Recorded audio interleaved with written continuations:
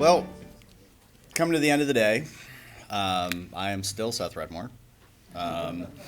And so we started out with what we've done over the past year, and some basics. Now I'm going to talk about what we're doing, what we just shipped yesterday. So congratulations to Carl and the team for getting out 5.1.1. So I'll talk about what's in there, and then I'll talk broadly about what's going to happen in 5.2 and beyond. Most of the stuff that almost all the stuff I'm talking about 5.2 and beyond is highly experimental right now. So don't be asking for working code. Okay, like I said, 5.1 Chinese. I forgot to mention that Chinese and other languages, and then what we're doing 5.2 and beyond, just sort of at a broad level. So the big 5 things we have in 5.1.1 are the ability to automatically recognize certain categories. So it's an enhancement to concept topics. The ability to automatically ingest HTML and strip the HTML tags. Yes. The ability to deal with composite words, as we've discussed several times already today. Emoji and emoticon identification and how we are handling them. So those funky looking characters you're getting all over your Twitter stream, we'll talk about what we're doing with those. And then an improved English concept matrix. So let me just go through those in order, and we'll talk about them. So one of the big complaints that we get, well, I don't want to call it a big complaint. Let's spin this in a positive marketing way.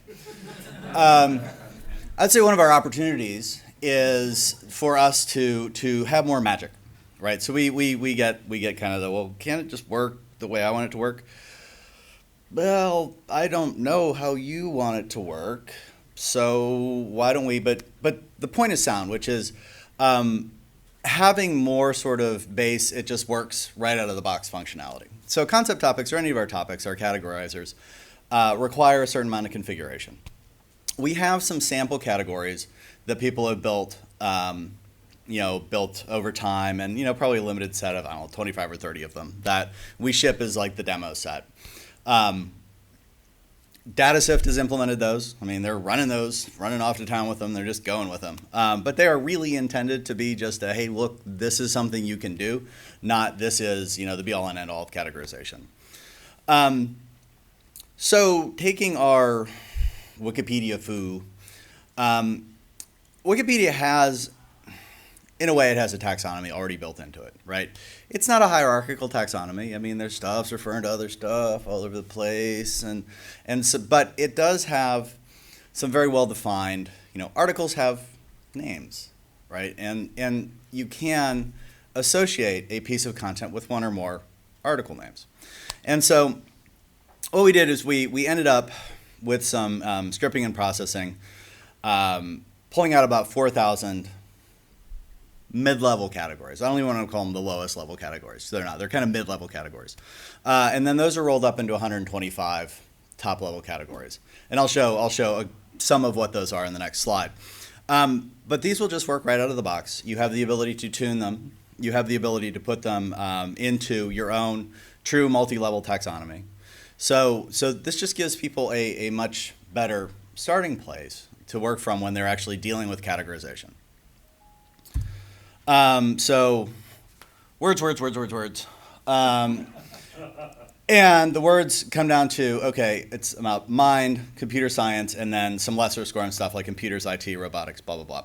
So you see the top level categories, mind and computer science, and then the lower level categories, computational neuroscience, neuroprosthetics, neurotechnology, and then computer science, machine learning algorithms. This text is about deep learning algorithms. And I chose this text actually because we are doing more of that as well. And I'll be talking briefly about that later in the presentation, because briefly is all I really understand about it. But this is really cool. I mean, the with longer form text like this, it works quite well. It doesn't work so well with tweets. And this is something that we are trying to figure out, okay, how can we give the engine more clues with which to categorize tweets? Because we've run some fairly short content, and I've seen some pretty wonky results. So that's one limitation with it, is that it is not going to work super well with tweets right now. It won't necessarily not work, but I'm just heads up. So this is a good place to start with respect to categories. Start here and then go from there. Ingesting HTML it's what it is, right? It's just you give it HTML tagged stuff and it pulls out actual free text, which is nice. We get asked for this reasonable amount. Yeah, Craig. I have a question. If there's like a bulleted list or something in the HTML that may indicate some metadata, does it take that into account, or this is just stripping off all the HTML? It's just stripping it, right? At present, it just strips it because even with, we get a lot of plain text that is spidered off the web and you get tables in it.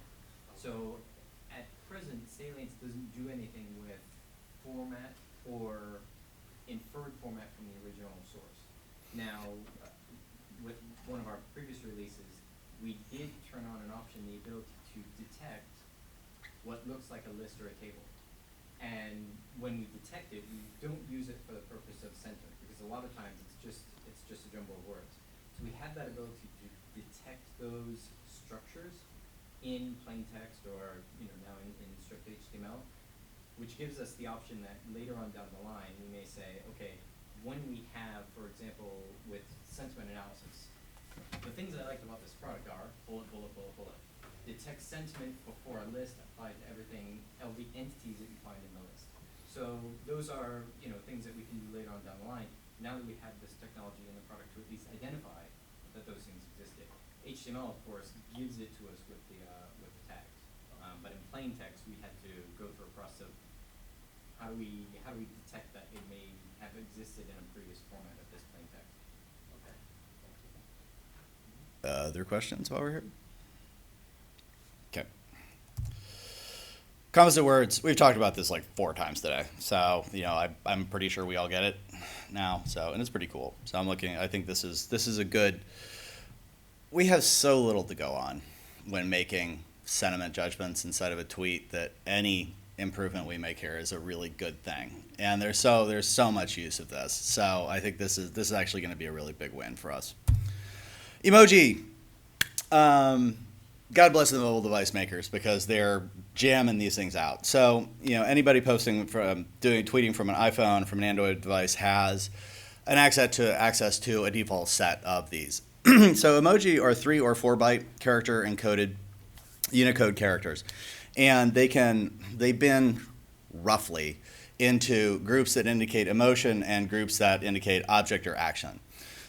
So the emoji for emotions are much like emoticons, right? They're perhaps a little more detailed, like you have the Edvard Munch scream thing going on there. But they do and can implicitly carry sentiment. The object and action ones, slice of pizza, hamburger, that kind of stuff. So we're handling these kind of in 2 different ways. The emoticons, we are going to deal with, we've got sentiment and sentiment dictionary for dealing with them. The object and action ones, we know what they are so that you can sort, categorize, filter, search for them. So pizza, right? Pizza is an excellent example. So we'll pull up the ones that have the little slice of pizza emoji as well. So it just gives us more information. Again, it's just they are, because of mobile devices, they're becoming much, much, much, much more prevalent. And then the new English concept matrix, we're going to have to do this periodically, indefinitely, unless like all of human knowledge is encoded in Wikipedia. So until that day occurs, we're going to have to, about once a year, get it and update the concept matrix. And there's just no way around it. It's slightly bigger. It's like 50 megs bigger or something. We are using pattern matching rather than bigrams. Bigrams have certain limitations with respect to ambiguity and such when matching the concept topics. And so this will help improve our recall with respect to the concept matrix and accuracy. Those are the major big features that are in 5.1.1. Languages, Chinese is going to ship August 2013. We're in beta right now. If you want to be a beta customer, we'd love to have you, give you hugs. Carl will give you hugs.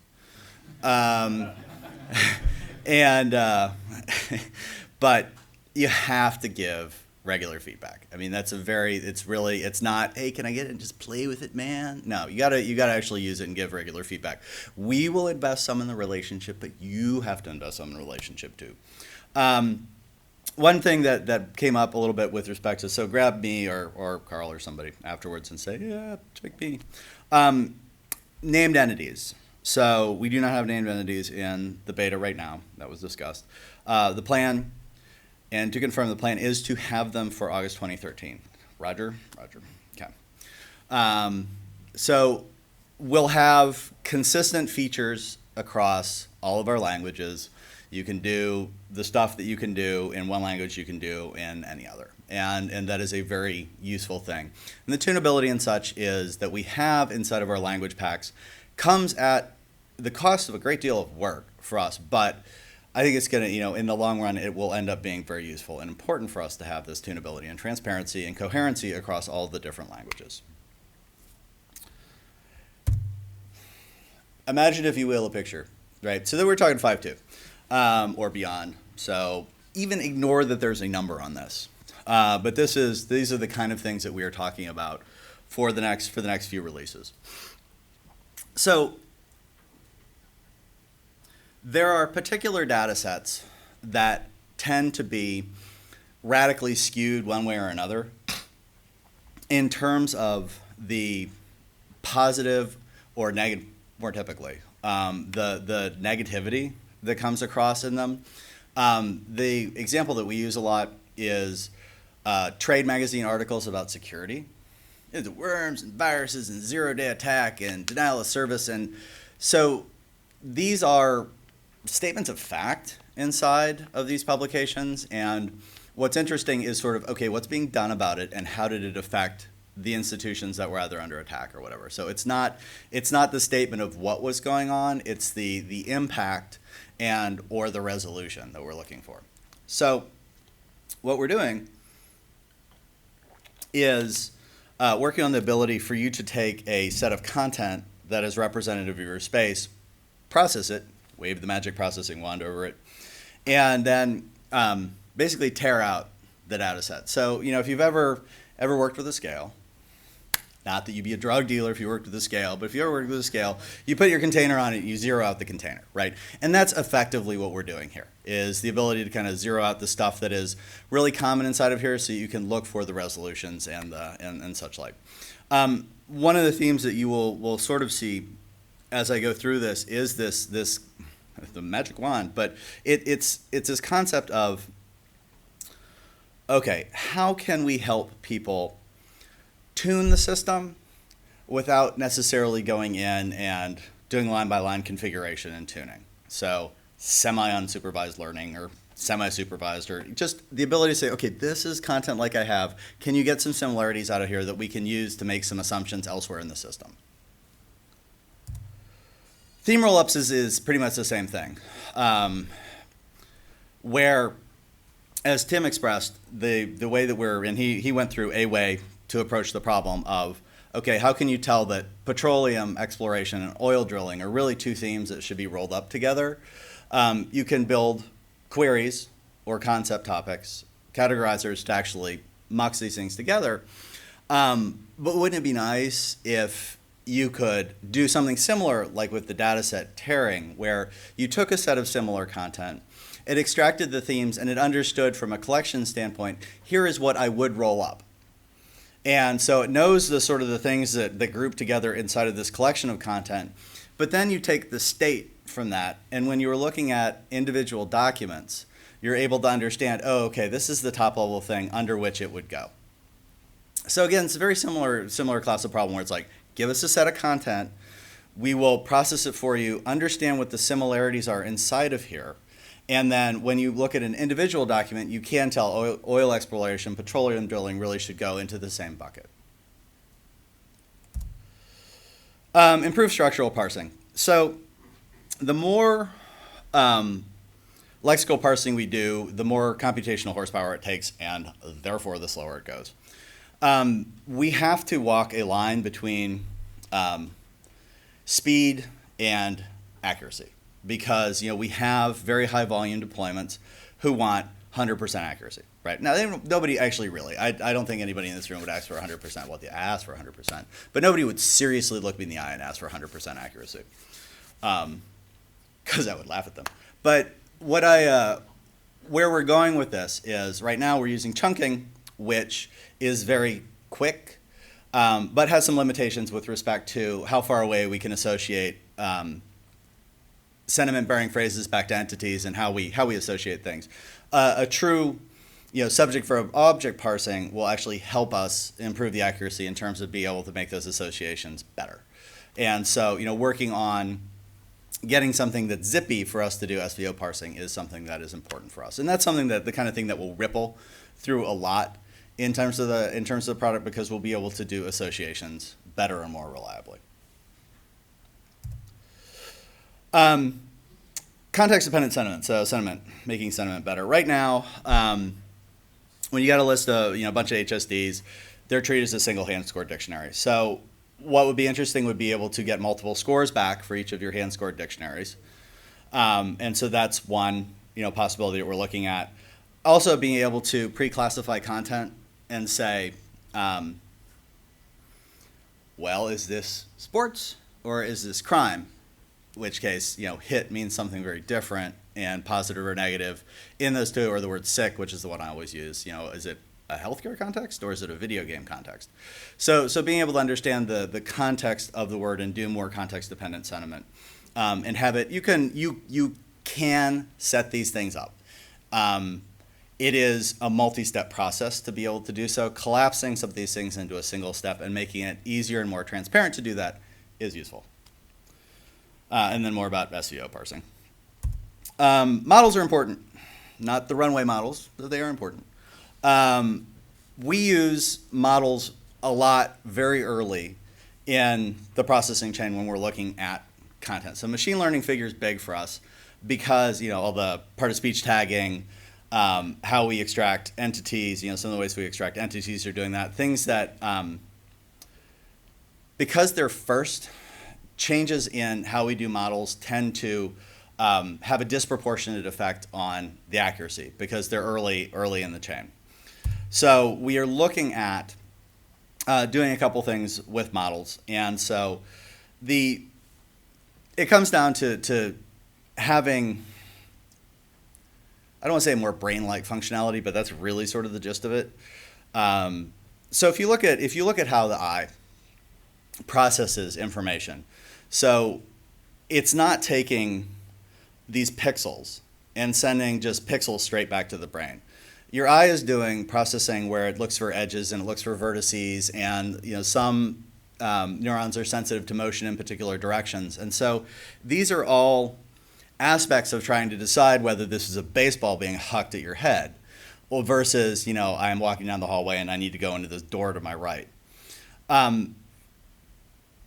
So each of these pieces contributes to, is it an edge? Is it a circle? Each of these pieces contributes to the whole decision. And so if we start looking at some of this sort of processing with respect to things like, categorization or context-dependent disambiguation. So you take the word apple. Apple in and of itself could contribute, a certain weight to this being about food. But if something else is determined, okay, this actually contains iPad, then Apple's not going to contribute to that weight. And so it's taking a multi-step process to actually get to an end decision as opposed to sort of a single-step process in terms of during your categorization. The thinking is that this will help with really noisy content, which really is the stuff that we tend to get compared with a lot, and the stuff that, if you look in terms of volume, is by far the highest volume stuff going through our system. Is it the most important? No. See, Apple, they heard their name. Is it the most important content? Unclear, but it is certainly the most visible and the messiest and the stuff that we get the most of. So stuff that we can do to improve how we handle messy short content is important. Context and content. So I touched on some of this a little bit earlier. So like I said, concept matrix, it isn't working well with Twitter because we don't have, if in a single 140 character tweet, you may have one word that tells you that this is about, beverages rather than toilet bowl cleaner. They're both liquids, but very different class of liquids. So we're looking at some more learning with large corpora of content. So Paul Barba, senior engineer on Salience, has been assembling a lot of corpora in different areas so that he can experiment with some of these semi-supervised learning sets where it's like, okay, this is all content about a thing.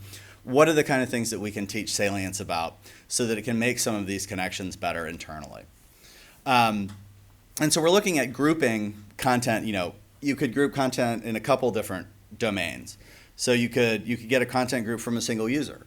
And so understanding how that user tends to refer to things, or understanding or looking at something where suddenly their polarity shifts. Are they being sarcastic? So understanding, more than just a single tweet, understanding these windows of content across users, as well as looking at time group content. So if you look at a trending event on Twitter, what you see is that people make assumptions about what information has been said. And so there's a certain assumption that you've watched the first 3 episodes of the series already, as it were. So if you're following along with some news event, they don't have to repeat every tweet what's happened. There's a certain amount of context that's already built up, and a certain amount of state that you can use in terms of interpreting a tweet that comes along. So is there something that we can do with that to fill in some of the blanks in terms of what's being left unsaid in some of the tweets that's coming out, so we can better interpret their meaning? More concretely, so right now our concept matrices are very general, but there's no reason for us to not have some concept matrices that are more topic specific, like say healthcare. So Paul's doing some experimentation with that. SVO support is going to give us better semantic clues we can pull back to Wikipedia, so that we're not, it's the more we know about how the words are used, the better job we can do linking back to Wikipedia and pulling out the categories. Intent.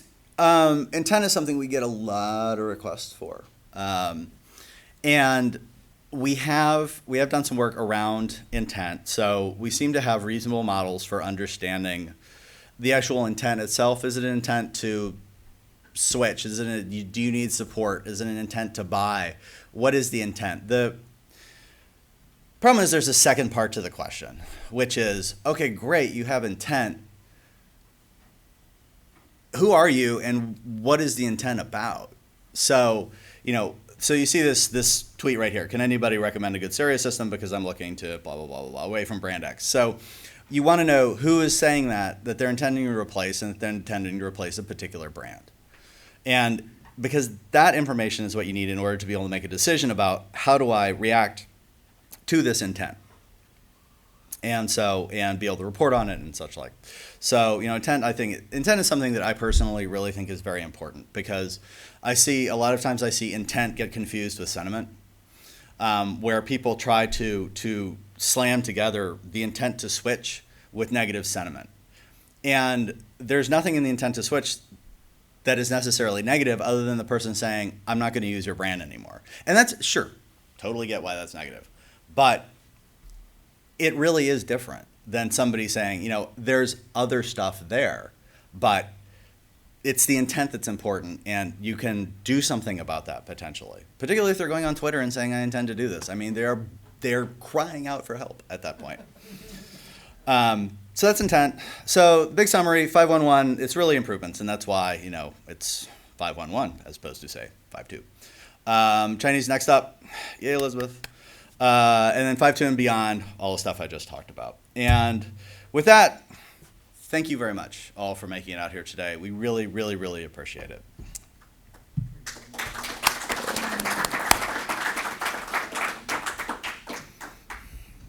I see a question? Yes. Yeah. No questions. No comment. Just my question. Actually. What is your intent? Is there a way to link or better understand the relationship among tweeters? So let's suppose there's a child tweeting with potentially a parent. Could you then, like if the kid says, I'm not cleaning my room, whatever, and you could infer or derive that that's maybe the father or the mother that they're tweeting to? And then can you grab, the parent's handle and then, get other information about that parent? So I'm not sure how much information. So for the specific Twitter example, I'm not sure if we have we know their followers. We know who they follow and who their followers are. right? Yeah, so we can get that information. That's not going to be necessarily implicit to the text proper, but that's more sort of Twitter state itself. You'd have to understand that that particular piece of content was directed at a person, right? I mean, if they were at messaging somebody, sure, that's easy. At mom, no way, I'm not cleaning my room. I think that the text analysis part of that would actually be relatively minimal. It's much more about understanding who their, who their friends I are. would just be really interested in, obviously, given the demographics, et cetera, obviously younger tend to tweet more than older. Oh yeah.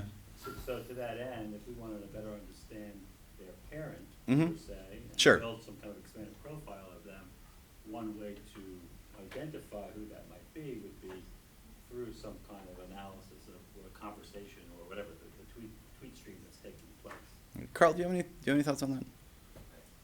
The thing that's going through my head on that is that part of it is going to be outside of the text analytics that Salence is going to do. And the other component that I think is going to be important is going to be monitoring over time.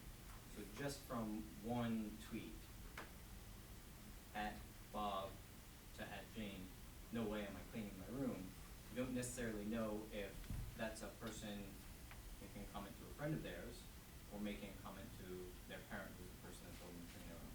So you need to monitor over time to start to build more evidence about what the connection is between these two people. And then have business rules that are external to the actual text analytics that says, okay, well, these themes have been detected a lot between these two tweeters, and these, the sentiment has been detected a lot, and these topics have been detected a lot. And those are the kinds of things that we would correlate with a parent-child relationship versus a friend-friend relationship. So that's. Is that doable today or in the future, or there's a lot of customization? There's a lot of different pieces to that. I think you have to get the Right. text out of there, but then you need to do the network analysis to see how the relationships fit together. The phone companies do this all the time with calls going back and forth to each other. They're doing it for decades. They know, who your mom is, who your brothers and sisters are, and look at that sphere of influence in there. So I think the text analysis help identify not just where the links are, but what the topics are and conversations are along those links, which might help you identify, why that link is important. But to your point, at some point in the history, there might be, well, Dad, Yes. and then Right. then you got your Then you smoking know gun, immediately. per se. and- Exactly, right. So I would, it's potentially doable today. There's work to put a system like that together. It's going to be monitoring for the types of things that you want to monitor for and drawing the inferences out of those pieces of evidence that it's able to pick up. As Seth indicated, we're always looking at Twitter and trying to find out how do we get more out of 140 characters. Right. And so, you might be able to do things with a certain degree of accuracy or, capability. And then hopefully as we're able to extract more out of Twitter, we'll be able to enhance that capability on that. Anything else? Not to knock the business case, but I also just want to point out, it might be hard to find a kid and a parent which live off of Twitter. I mean, if you find one, great. Let me know. I tried to communicate training with a parent who follows their child on Twitter, but they're not. She's just lurking, keeping track of stuff. Jeff, you want to say something?